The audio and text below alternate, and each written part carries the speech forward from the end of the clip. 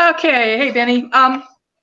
We were talking about Mary Griffin and the situation that was brought to her attention with Simon York and his seemingly inappropriate behavior. One of the things that was brought up when we discussed this was, did you get an impression how long he'd been at Derby Foods?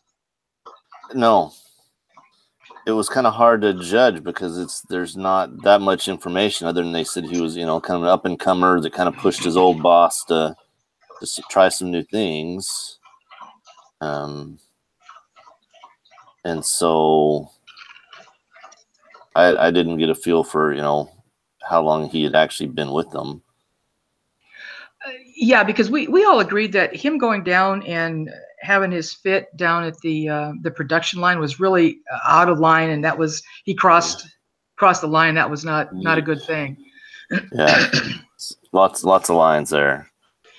Yeah. Now, one of the things that was brought up too, and this isn't in the reading, I wish you could have had this.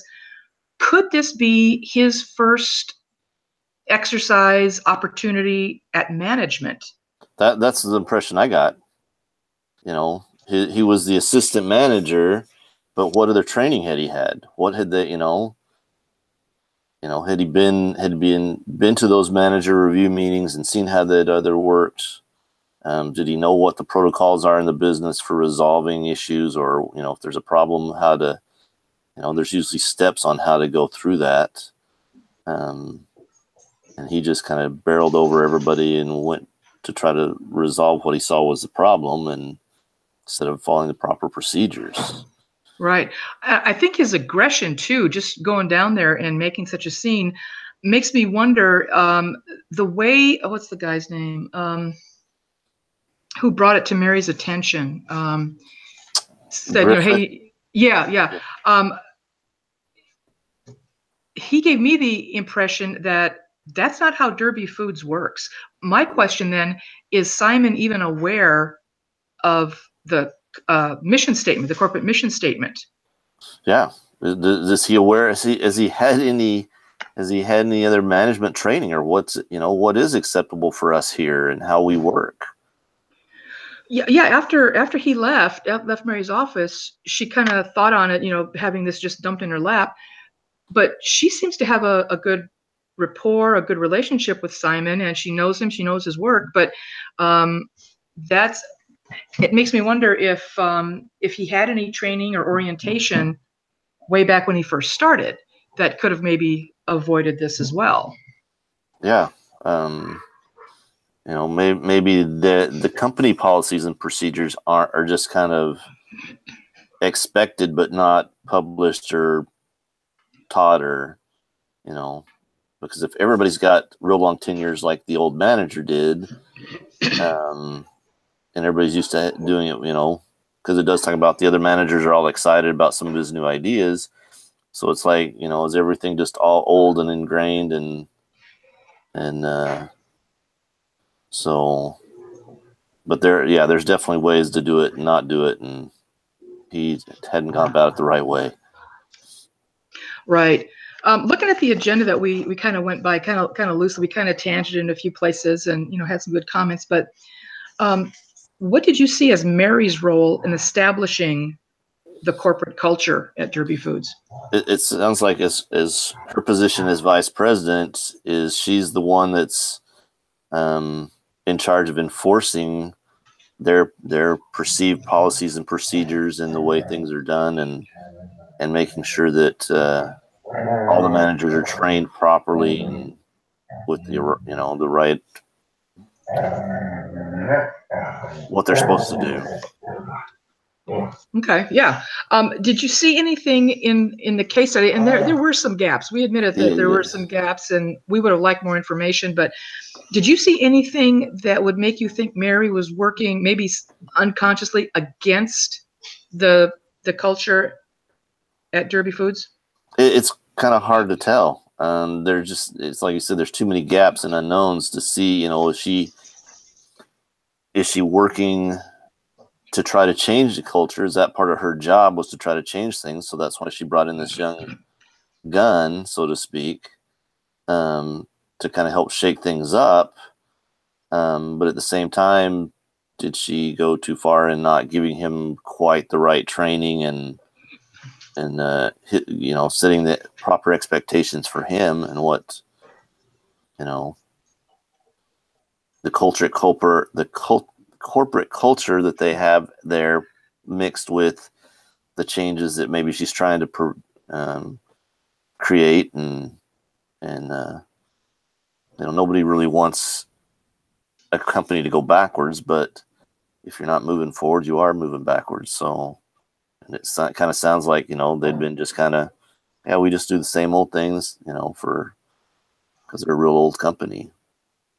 Well, and one of the things that we brought up in her favor is that she didn't really waste a whole lot of time, excuse me, trying to get a hold of Simon.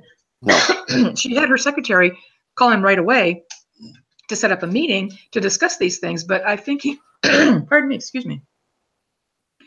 I think he kind of took it the wrong way. Yeah. And that, oh yeah, the boss wants to talk to me. Okay, I'm going to have all these great ideas. He has no clue. No. What's going to happen. He has no clue what's going to happen. But you cannot, I don't think, in fairness, you can accuse Mary of wasting too much time, not taking it seriously. So I don't know that she did anything that really went against the corporate culture. No. From what we know on. Right. She went to a great effort to get it started and get it taken care of, which, yeah.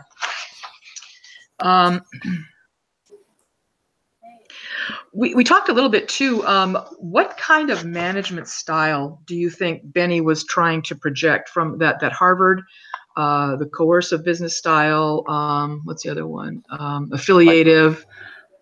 How do you see him? He's very authoritative and wants to lead with fear and intimidation to get his results. Is the kind of the read I got on him. And that, you know, depending on where he's worked before or what he's done before, that may just be what he's seen. You know, it didn't really sound like that's the way his former manager was, but again, we don't know how long he was there and how long he had to rub off, other than the fact, you know, the few notes that he just kind of helped push him along. It was one of our classmates brought up maybe it's a little bit excessive, but how about a pace setting management style? You know, I mean, there's pieces of that. Yeah, he didn't seem to hold everybody above him, or you know, he jumped right into the fray. He was willing to do what he needed to do as well, and he expected everybody else to be right there with him. So yeah, he was setting the pace, and he wanted everybody else to be there with him and have the same expectations and ideals that he did, and he may not have communicated that very well to his team either. Yeah, his communication skills seem to be a little lacking, but you know, it's just kind of hard to know what his, you know, what are the meetings like that he has just with his own team before he went into that. You know, he set the bar so high that he was setting them all up to fail, even though not really his intention, but that's just his style. Thinking about those 6 management styles, I can't think of a more volatile combination than coercive and pace setting. Yeah. And that seems to be, you know, what he's got. And Mary seems to have different ones. She seemed to have the coaching style down, which I think she's really going to unleash all over Simon. And it was suggested too that at the beginning of this meeting that she tell him what he's doing right, how far he's come in the company with the good things he's done, lay a positive groundwork, and then transition into, okay, now these are the things that maybe you should work on. Yeah. And this is a good place to start. And this is a good way to start working on this, because depending on his personality, I don't know if maybe let's say this is his first management position. Is he unsure of himself and he's overcompensating by being a little more aggressive than he needs to? That's possible. How would he take the suggestions that Mary's going to give him? Yeah. If Yeah. he doesn't take them, then everybody's dead in the water, and nothing's going to change. And Simon's going to be resentful, and nobody appreciates his new ideas and how he wants to do things and how he can improve the company. Blah blah blah. Right. So yeah, Mary's got to, I think, be kind of careful about how she approaches this meeting with him. Yeah, there's a fine line, but he's got to be willing to learn. If he's not teachable, it's not going to work either. So. Right. Yeah. And another point that was brought up was in the other meeting with all the rest of the brand managers, when he noticed the calculation error on the information he was given. He seemed to really be upset about the simple calculation error. That's all it was. Yeah. That it wasn't decided or found earlier. And I remember growing up, my dad and mom always used to teach me that you praise in public and you reprimand in private. Right. And Simon really seems to have that backwards, because he really seemed to get angry at the team. Yeah. In the meeting, which that's not appropriate either. I mean, he just moved it from the production line to the conference room. Yeah. And because he felt like they let him down and embarrassed him, and so he's got to let them have it right then and there, so that they know their place, which isn't the right way to do it if you want participation and buy-in from your team. Right. Well, and one of the things that was suggested too, going forward in the future with Simon, is that for these brand manager meetings, go ahead and give out tasks or assignments or projects to your team members, whatever you want to do. But if he still feels he needs to have control of his team, which temporarily, at least for the time being, he does until he learns to trust them, have them filter all their work to him so he can review it. Right. Because maybe it's possible nobody even reviewed it beforehand, which that to me seems to be kind of a given. But I think that may give him the authority he has or needs, but give him an opportunity to slowly break away from that and learn to trust his team as the projects continue to come in at different times with less and less changes or corrections or mistakes found or whatever, until he learns to trust them. Right. So that might. If he said, if he had, it didn't really say what it was about. Was it, did he have some new ideas he was throwing out?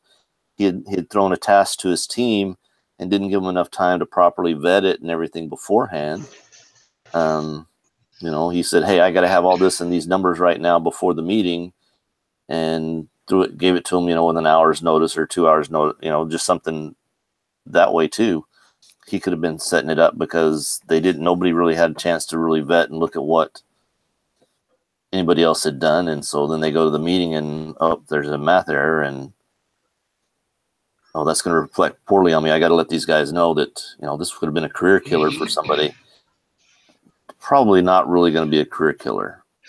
An honest mistake. I mean, people, we're human. That's going to happen. So, well, on the flip side, I think you brought up a really good point too, is that if the team didn't have enough knowledge ahead of time to do what they needed to do, first off, kudos to the team for getting anything ready to go. Yeah. And they only had one mistake. And see, that's where Simon needs to learn too, is to his team, just like Mary's going to do to him, he needs to lay the positive foundation first. Right. What's good for the goose is good for the gander thing. I think that would go a long way, especially what could be becoming a tense situation between Simon and his team, to say, hey, you guys, we were pulled together. You did a good job. Yeah, we had that one little glitch, but we can work on that. And then just let it go. Yeah.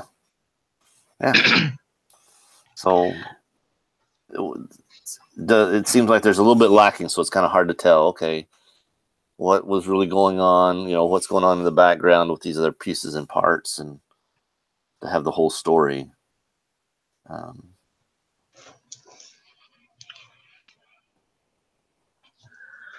Okay, let me take a look at these notes real quick here, Benny.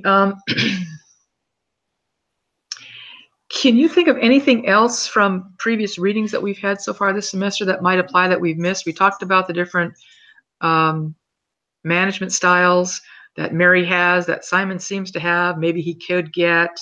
Um, Thinking about the workshop reading that we did, I wonder if Mary would use some role playing, if that might help Simon, or if he's kind of above that.